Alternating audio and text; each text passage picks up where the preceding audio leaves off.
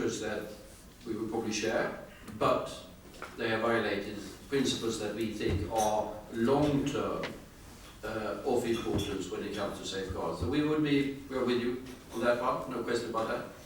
Your question, is there any possibility of this becoming an international law through the UN system or whatever? I wouldn't be too optimistic in the short perspective anyhow on that, because X numbers of governments, I think, would still like to retain the option of doing things. I think they are increasingly aware of the fact that there is a downside to it. And the more that you do it, the more there is ways that others do it as well. But that's one of the aspects, one of the issues where I think public debate along those lines will be helpful over time. The dual use, to be quite honest, we did not address that much in the report. You've been dealing with it.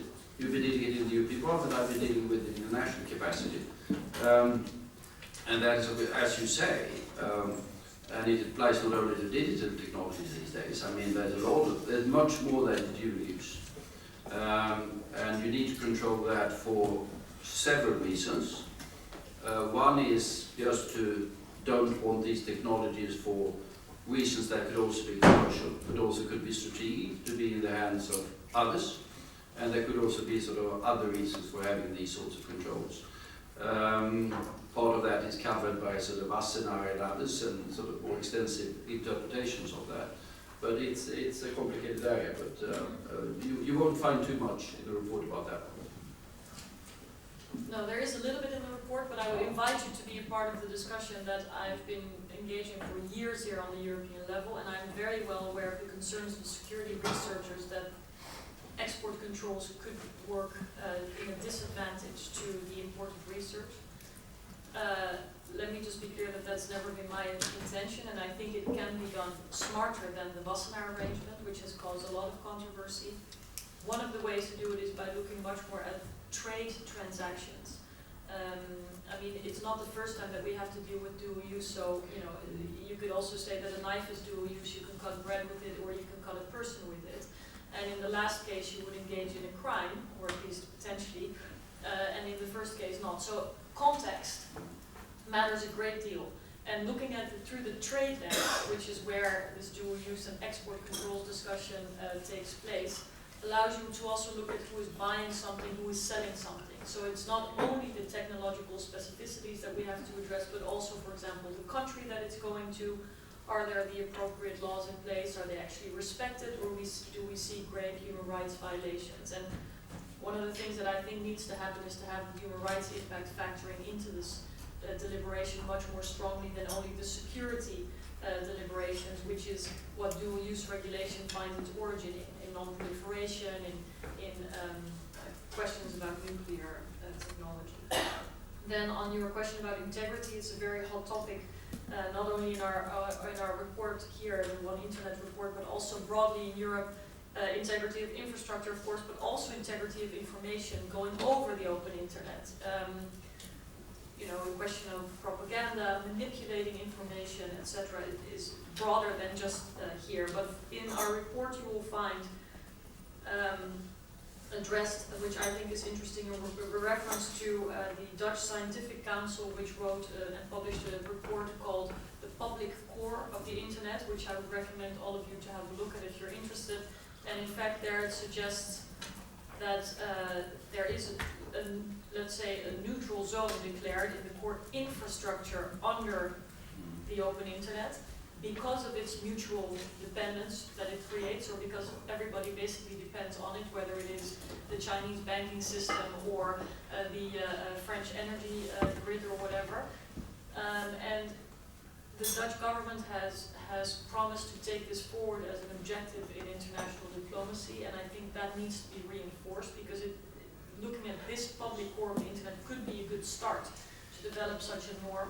I think it is important. Having said that, it doesn't help if governments that are making these recommendations are themselves proposing, for example, to hack back to criminals, which if you're talking about integrity, has serious consequences, including for the evidence in crime cases, for example. So there has to be comprehensive thinking about this, and often you'll find in governments there's a conflict between those who want access, for example, for the purposes of intelligence gathering, and those who want security. And this is why you have these quite hot discussions about whether or not to weaken encryption, just to name one example. But we reject the idea that weakening encryption or mandatory backdoors would be any solution at all. Yes. My name is Nancy Contour. I'm an advisor European Affairs in Brussels. One question, in trying to achieve the open internet on a global scale, as you were saying, how do you deal with a country like China, which has a competing view of the internet, both ideologically and also in practice, and how can EU leadership, what should we do in this respect? Thanks. A tricky one, and you won't find anything in the report about it. That does not mean that we didn't discuss it, because we discussed it rather extensively. What can be done? I think if you look at the long-term development of China, very much going to be dependent on what happens there. And you can say that there are two imperatives there. One is the security imperative, that is obviously the nature of that particular regime is a particular nature of a regime, to put it in those terms. At the same time, they need to take further steps to go up in growth or continue growth. They need to modernize, they need to get global. That is what I call the Alibaba imperative. And that is not going to be possible if they are too restrictive concerning the net. I mean, you can see, I think there was a report out by whatever it's called, I forgot the name of it, but the Association of European Businesses in China, de facto. And there's a corresponding American Chamber of Commerce or whatever they're called. But particularly the Europeans issued a report where they complained quite heavily about the negative effect upon business in China by the restrictions that are there. We can be certain that there are Chinese business that are complaining in the same way, and they will be even more affected. But the balance between the security imperative and the Alibaba imperative in China will be interesting to follow. I think the security imperative is clearly paramount at the moment, no question about that. Can we influence it? Yeah, we should.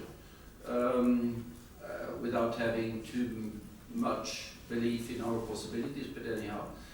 The Americans have a rather extensive, as we know, cyber dialogue. That has been focused, as you know, from last year on saying that you can't do cyber espionage for economic reasons. And what we've seen is some moderation of Chinese behavior in that particular area. That's fine. And there's been a follow-up to what the Americans and the Chinese agreed with London and I think with Berlin and with a couple of others actors.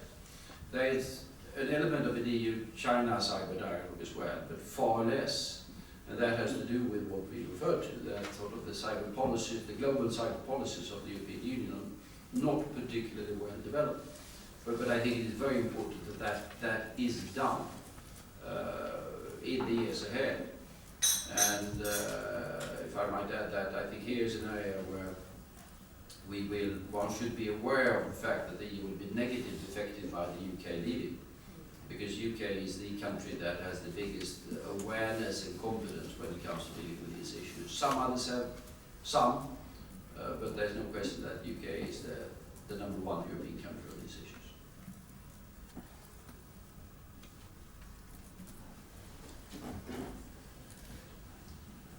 I'm Kuba Boratiński from European Commission, DigiConnect, head of unit in charge of cybersecurity and digital privacy. So first of all, I would really like to congratulate this effort. I mean, it's extremely, I would say, impressive in terms of its breadth and capturing so many of the issues that are basically on everybody's mind while reflecting on the current state of internet.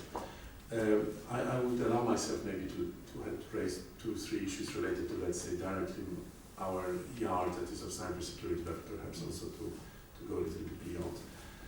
So, first of all, I mean, in the area of cybersecurity, I mean, I would be very grateful if you could also perhaps reveal some of the discussions, not necessarily what is in the final version of the report, but one of the main issues that we are grappling with is basically how to share full responsibility for cybersecurity. What I mean here is basically where is the responsibility of governments, of individual users, of businesses, of providers of IT solutions.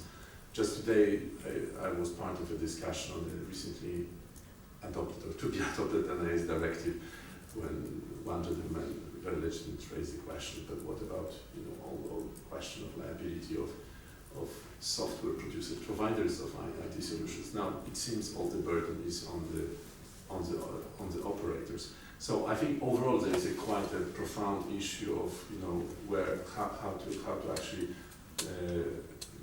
how to see that balance, and also what should be on the shoulder, or how much awareness, for example, we should expect from an average citizen. Is it a bit too excessive to put so much burden as it is indeed today on the citizen?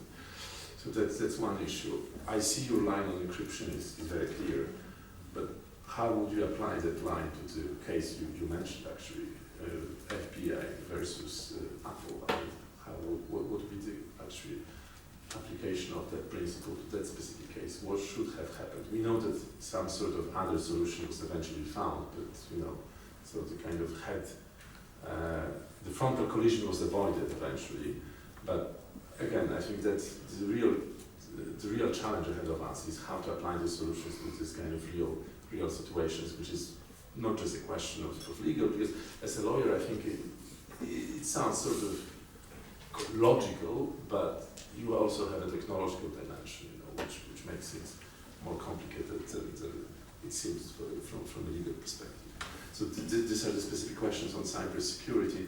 Now, more broadly, I would have two following questions. I mean, there is this issue of it's of course not in a way part of this report, but internet or use of ICT also has some negative impact.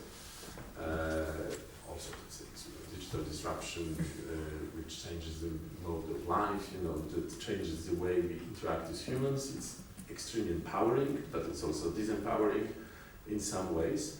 Or we don't really know in which direction we are going. So I was wondering whether these elements have been part of your reflection. And finally, you set out 3 scenarios in the beginning of the report. You clearly are in favor of this positive scenario, and that's why you give various recommendations. But was there an element also of the discussion which was what is your most likely bet on what's actually going to happen 5-10 years down the road? I do understand that you do not write this prognosis in the report, because the purpose is indeed it's a policy tool to actually show the way forward. So you would be in a way undercutting perhaps that if you were still kind of expressing some of the pessimism. But again, I would be quite curious what was the mood in the group, when you have been discussing, the most likely outcome of the process. Well, I think, which I think I indicated earlier, I think the mood was slightly worried about some of the tendencies that we see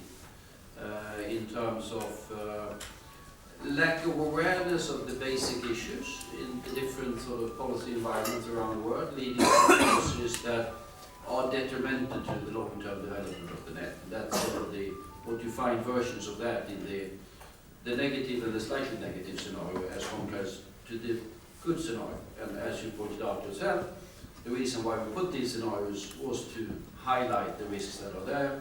We wouldn't not have done it had we not been concerned with the risks that are there.